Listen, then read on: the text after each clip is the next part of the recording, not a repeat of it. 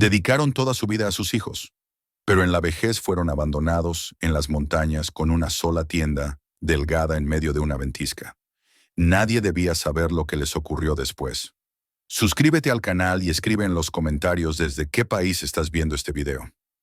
Walter y Nancy Brooks llevaban más de 50 años caminando juntos por la vida, y durante todo ese tiempo habían sostenido una creencia sencilla, casi ingenua, pero firme como una columna invisible. Si uno trabaja honestamente, cuida de su familia y entrega a los hijos todo lo mejor que tiene, la vejez no llegará acompañada de soledad. No esperaban lujos ni recompensas grandiosas.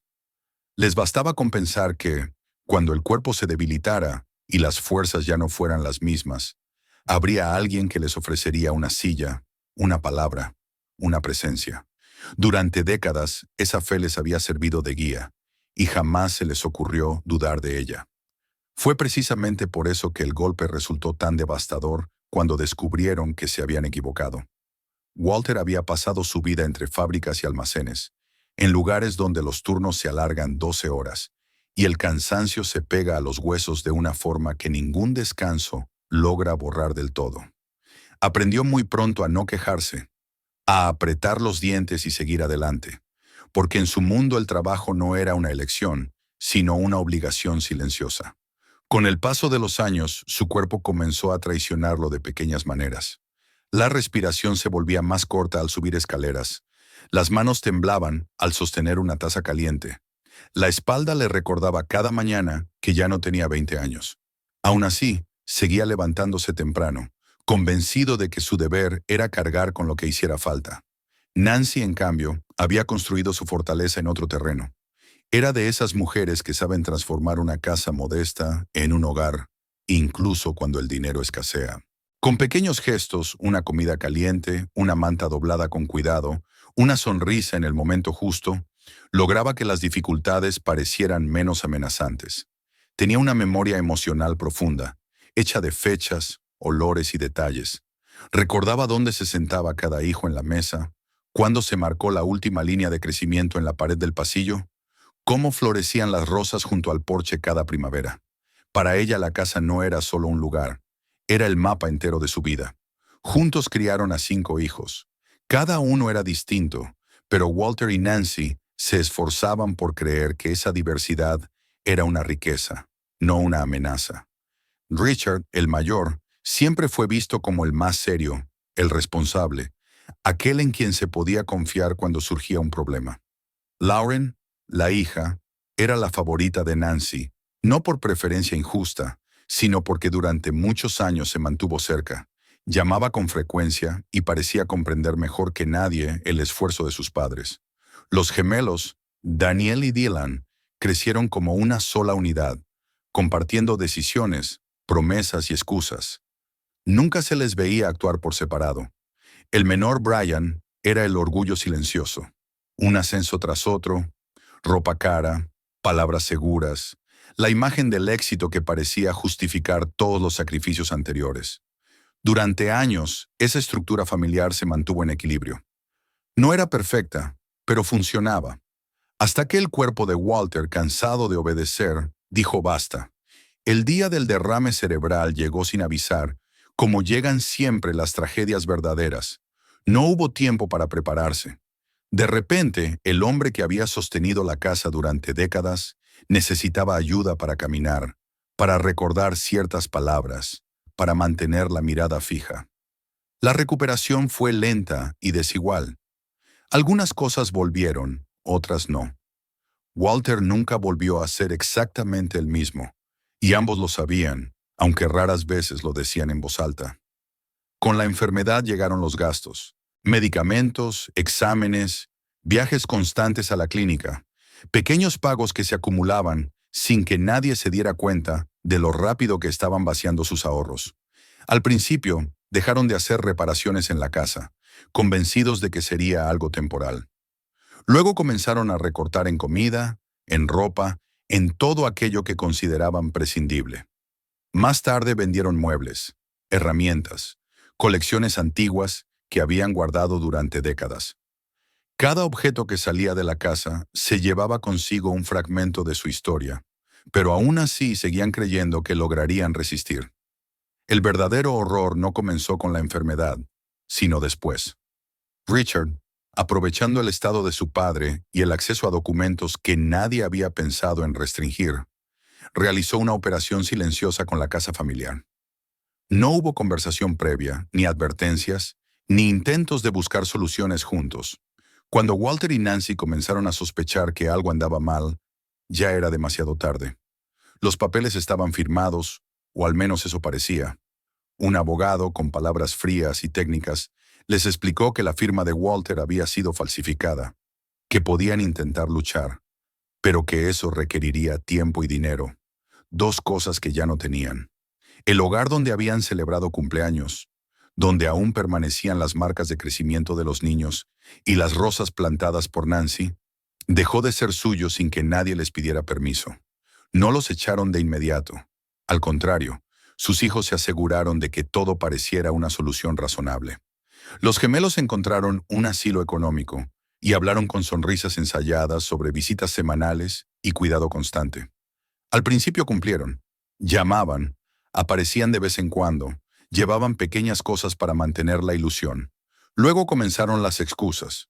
Demasiado trabajo, niños enfermos, compromisos inevitables.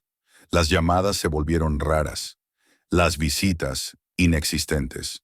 Walter y Nancy aprendieron a esperar junto al teléfono, a justificar el silencio de sus hijos con explicaciones que ellos mismos inventaban para no aceptar la verdad.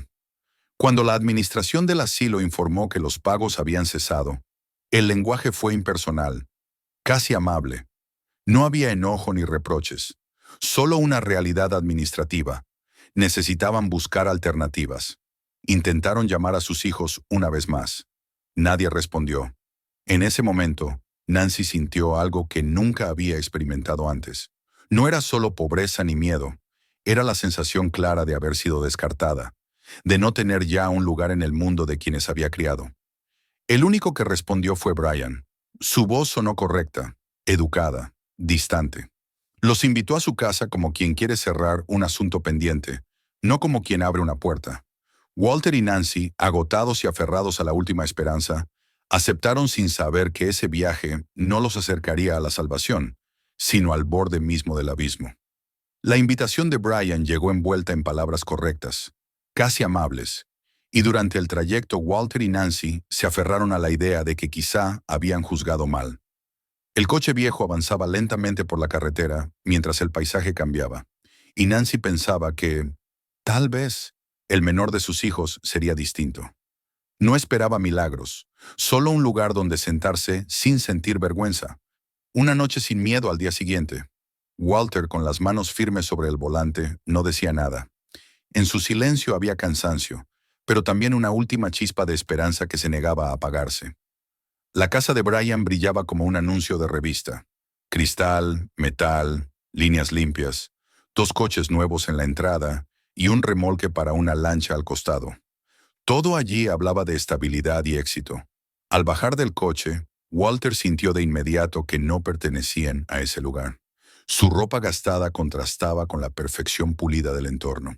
Nancy notó como el frío no venía del aire, sino de la forma en que Brian los observaba, como si fueran un problema que debía resolverse rápido. El interior era amplio y silencioso. Brian no ofreció café ni preguntó cómo se sentían. Habló de obligaciones, de créditos, de lo complicado que estaba el mercado, de sus propios hijos y de la presión constante de la vida moderna. Cada frase sonaba razonable por sí sola, pero juntas construían una barrera infranqueable. Walter entendió entonces que no estaban allí para quedarse. Brian no buscaba ayudarlos, buscaba cerrar un capítulo incómodo de su vida. Fue entonces cuando apareció el viejo mochila. Brian la dejó sobre la mesa con un gesto casi automático, como si se deshiciera de un objeto inútil. Dentro había una pequeña tienda de campaña, de esas que se compran para una excursión corta en verano y luego se olvidan en un armario.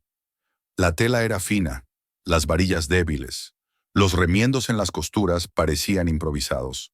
Brian explicó, con el mismo tono neutro, que conocía un lugar tranquilo en el Bosque Nacional, a unos 40 minutos cuesta arriba, donde podrían estar sin molestar a nadie.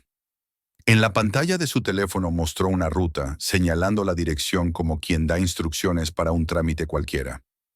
Walter no discutió. La energía para hacerlo se había agotado hacía tiempo. Nancy intentó decir algo, pero las palabras se le quedaron atrapadas en la garganta. Comprendió que no había espacio para una súplica, que la conversación ya había terminado antes de empezar. Agradecieron con una cortesía automática y regresaron a su coche, llevando consigo la sensación de haber sido expulsados sin que nadie lo dijera en voz alta. El viaje hacia las montañas fue lento y pesado. Walter tuvo que detenerse 2 veces porque la vista se le nublaba, una secuela persistente del derrame cerebral. En una de esas paradas, Nancy comenzó a llorar con tal intensidad que apenas podía respirar. Sentados al borde de la carretera, rodeados de árboles dispersos y un viento frío que anunciaba el final de la temporada, Nancy pronunció por primera vez lo que llevaba tiempo creciendo dentro de ella. Habían dado todo lo que tenían y aún así habían sido descartados. Walter no respondió. Su silencio era una forma de asentir. Cuando llegaron al claro indicado, el cielo estaba cubierto por una masa gris y pesada. El campamento estaba vacío. La temporada había terminado y no quedaba nadie que pudiera verlos. El suelo estaba duro, la hierba quebradiza bajo los pies, y los pinos se alzaban alrededor como testigos mudos. La carretera que los había traído hasta allí parecía una delgada línea que los separaba de la vida que conocían. Levantar la tienda fue una tarea que puso en evidencia todas sus limitaciones. Las manos de Walter temblaban, los dedos no respondían como antes, y cada movimiento le robaba el aliento. Nancy intentó ayudar, pero el dolor en las rodillas y la rigidez de la artritis la obligaron a sentarse en el coche, donde el calor era apenas una ilusión. Cuando por fin la tienda quedó en pie, se veía frágil y desprotegida. Un lado no cerraba bien, dejando pasar el aire como una cuchilla invisible. La primera noche llegó sin piedad. Se pusieron toda la ropa que tenían. Los sacos de dormir, pensados para el verano, eran tan finos que apenas ofrecían protección. El aislante bajo sus cuerpos no lograba separarlos del frío de la tierra. Nancy temblaba sin control, los dientes le castañaban, y su cuerpo se encogía instintivamente en busca de calor. Walter la abrazó y comenzó a hablarle de recuerdos antiguos, no para entretenerla, sino para mantenerla despierta, para impedir que el frío la empujara hacia el entumecimiento. Pasaron los días porque el ser humano tiene una capacidad extraña para adaptarse incluso a lo imposible. Despertaban al amanecer porque el frío no los dejaba dormir más. Calentaban sopa enlatada con una pequeña hornilla. Caminaban por el claro para mantener la sangre en movimiento y regresaban a la tienda solo para comprobar que el otro seguía respirando. Nancy, fiel a su naturaleza, intentó crear un orden en medio del caos. Repartía la comida con precisión, contaba cucharadas, calentaba agua y la colocaba en botellas de plástico dentro de los sacos para conservar algo de calor. El cuerpo, sin embargo, no perdona la crueldad externa cuando ya está debilitado. Al cuarto día, las manos de Nancy comenzaron a endurecerse tanto que apenas podía sostener una taza. Al sexto, a Walter se le acabaron las pastillas para la presión. No dijo nada. Sabía que no había solución y prefirió guardar silencio. Cada mañana se convertía en una lotería silenciosa. El octavo día llegó la nieve. Al principio fue solo un sonido suave sobre la tela de la tienda. Luego se convirtió en peso, doblando las varillas y amenazando con colapsar el refugio. Walter despertó con la sensación de que el techo se les venía encima. Salió a empujar la nieve desde dentro hasta que la tienda recuperó algo de forma. Al volver, vio a Nancy más inmóvil de lo habitual, con los labios azulados y una mirada que no parecía del todo consciente. En ese instante comprendió que ya no estaban luchando contra el frío, sino contra la muerte misma. Walter supo, al ver el color de los labios de Nancy y la forma extraña en que su cuerpo temblaba, que el peligro había cruzado una línea invisible. Ya no se trataba de resistir una noche más ni de aguantar hasta el amanecer. Lo que estaba ocurriendo era algo distinto, silencioso y definitivo. La hipotermia no se anunciaba con gritos. Avanzaba con una calma engañosa, robando fuerzas, apagando respuestas, adormeciendo la voluntad. Nancy respiraba, pero lo hacía como si cada aliento fuera una concesión mínima que el cuerpo aún estaba dispuesto a otorgar. Walter se movió con una urgencia torpe. Encendió la hornilla con manos que no le obedecían del todo, esperando que la llama no fallara en ese instante crucial. El sonido del gas ardiendo fue casi un consuelo. Puso agua a calentar y, mientras esperaba, la envolvió con todo lo que encontró. Mantas, ropa, cualquier cosa que pudiera crear una barrera entre ella y el frío que se filtraba por cada rendija de la tienda. Habló sin detenerse. Le habló de la casa que ya no tenían, de las tardes tranquilas en el porche, de los hijos cuando eran pequeños y aún creían que el mundo era un lugar seguro. No hablaba porque pensara que las palabras pudieran cambiar el curso de las cosas, sino porque el silencio le parecía una rendición anticipada. Cuando Nancy abrió los ojos, lo hizo con esfuerzo, como si despertara de un sueño demasiado pesado. Sus labios se movieron lentamente, y con una claridad que resultó dolorosa, dijo que tal vez no lo lograrían. No hubo dramatismo en su voz, solo una aceptación cansada que heló a Walter más que la nieve. Él negó con la cabeza, no porque tuviera un plan, sino porque no estaba dispuesto a aceptar esa conclusión. La nieve continuó cayendo durante 2 días completos. El mundo se redujo a una paleta de blancos y grises, y el tiempo perdió su forma habitual. Walter salía una y otra vez para empujar la nieve acumulada, cuidando de que la tienda no colapsara. Cada movimiento le costaba un esfuerzo enorme. Comía menos, guardando lo poco que quedaba para Nancy, no por heroísmo, sino por una lógica simple y cruel. Ella lo necesitaba más. Cuando el gas comenzó a debilitarse, Walter sintió que algo se rompía por dentro. La llama se hizo pequeña, temblorosa, hasta que finalmente se apagó, dejando un silencio que parecía más amenazante que el viento. Llegó un punto en que dejaron de luchar activamente. Existían de respiración en respiración, atentos a cualquier señal que indicara que uno de los dos estaba quedando atrás. Entonces, en una mañana en que la nieve había cesado y un rayo de luz dorada logró filtrarse a través de la tela, Walter escuchó un sonido que al principio confundió con su imaginación. Era un motor, lejano, casi irreal. Permaneció inmóvil, temiendo que se desvaneciera si se movía demasiado. El sonido regresó, más cercano, hasta que se detuvo por completo. Se oyó el crujido de pasos sobre la nieve y una voz que llamó desde fuera del claro. Walter salió de la tienda con movimientos inseguros y vio a un hombre de unos 70 años, con barba canosa y una mirada cansada pero alerta. Vestía una chaqueta gruesa y llevaba un bastón, como alguien acostumbrado a caminar por terrenos difíciles. Detrás de él había una camioneta vieja pero robusta, cubierta de barro seco. El hombre no necesitó explicaciones largas. Bastó con ver la tienda, la época del año y el estado de Walter para entenderlo todo. Se llamaba Howard Kincaid. Había sido guardabosques durante décadas y conocía aquellas montañas como quien conoce las arrugas de su propia mano. Ahora recorría los caminos antiguos no por nostalgia, sino por costumbre, con la idea persistente de que siempre podía haber alguien fuera del sistema, alguien olvidado. Entró en la tienda, vio a Nancy y dejó de hablar. Actuó. Sacó mantas térmicas, calentadores de manos, comida adecuada, un termo con café fuerte. Impidió que bebieran demasiado rápido, que se movieran de forma brusca. Cuando Walter mencionó, casi en un susurro, que se había quedado sin pastillas, Howard abrió su botiquín y le entregó parte de su propio suministro. En ese momento, las reglas importaban menos que la vida. Mientras el calor comenzaba a devolver algo de color al rostro de Nancy, Howard contó, sin solemnidad, la historia de su esposa Marilyn. Ella había tenido la costumbre de ayudar a personas perdidas, no animales, sino seres humanos.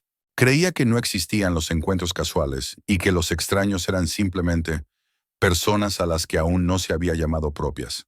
Tras su muerte, Howard comprendió que, si dejaba de hacer lo que ella hacía, perdería también lo mejor de ella. Ayudar se convirtió en una forma de seguir acompañado.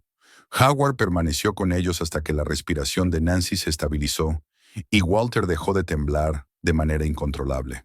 Luego prometió volver y cumplió su palabra. Regresó al día siguiente con más comida y ropa caliente. Al tercero, con medicamentos. Al cuarto, no llegó solo. Trajo consigo a personas que no se presentaron como una organización, sino como un grupo de individuos que se conocían y se apoyaban desde hacía años. Antiguos médicos, veteranos, pastores, gente acostumbrada a la dureza de la montaña y a la idea de que nadie sobrevive solo. Decidieron que no bastaba con salvarlos del frío. Era necesario ofrecerles una salida real, un lugar donde no volvieran a ser invisibles. Así, mientras la nieve comenzaba a retirarse lentamente y los caminos se volvían transitables, se preparó el paso siguiente, uno que los alejaría por fin del borde en el que habían estado a punto de desaparecer. El paso fuera del claro no fue inmediato ni sencillo, pero ocurrió con una calma nueva, distinta a la urgencia que había marcado los días anteriores. Cuando el frío dejó de morder con la misma ferocidad y los caminos comenzaron a abrirse, Howard volvió acompañado de una certeza que se notaba en la forma en que hablaba y en la serenidad de sus gestos. No traía promesas vagas ni soluciones provisionales. Traía una propuesta concreta, nacida de un lugar donde las palabras no se dicen para tranquilizar, sino para sostener. El pastor George tenía una pequeña casa en tierra de la comunidad, un lugar modesto que había quedado vacío después de que sus propios hijos se marcharan. No estaba en venta ni se alquilaba. Simplemente existía, esperando sin saberlo.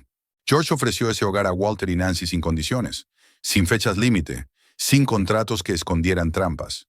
Dijo que podían quedarse todo el tiempo que fuera necesario. Y en esa frase había algo que ambos habían dejado de escuchar hacía mucho. No había prisa, no había exigencia, no había deuda.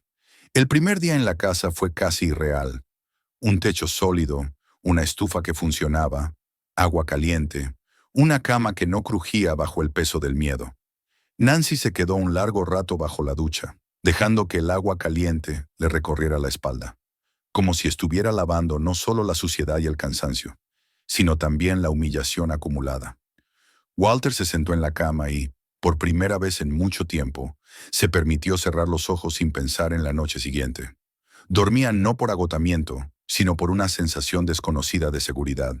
La ayuda no se detuvo allí. Carol, una antigua enfermera con una manera directa de hablar, se encargó de revisar a Nancy con la seriedad de quien no tolera excusas. Le trajo medicamentos adecuados para la artritis y le enseñó ejercicios simples para aliviar el dolor.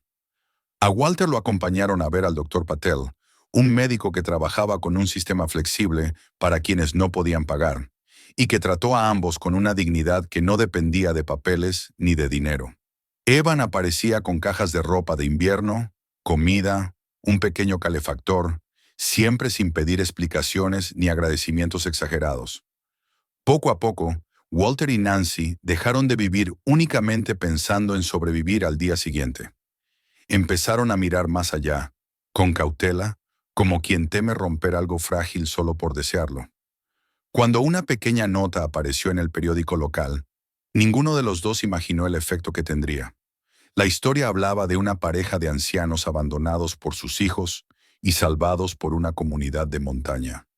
La fotografía los mostraba en el porche de la casa, con expresiones que mezclaban gratitud y desconcierto. La nota fue compartida, reproducida, comentada. Llegaron llamadas de periodistas. Walter se sintió expuesto y quiso negarse, pero Nancy, que había conocido el frío más profundo, decidió que su historia podía servir para algo más que para la vergüenza. Aceptaron hablar no para vengarse, sino para advertir y para ofrecer esperanza.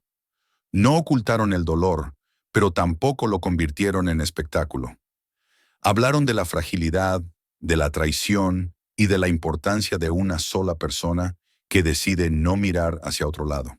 Con la llegada de la primavera, Nancy cumplió un deseo que había guardado incluso en los días más oscuros: un pequeño huerto junto a la casa. Walter construyó bancales elevados para que ella pudiera trabajar sin forzar las rodillas. Sembraron tomates, judías, hierbas.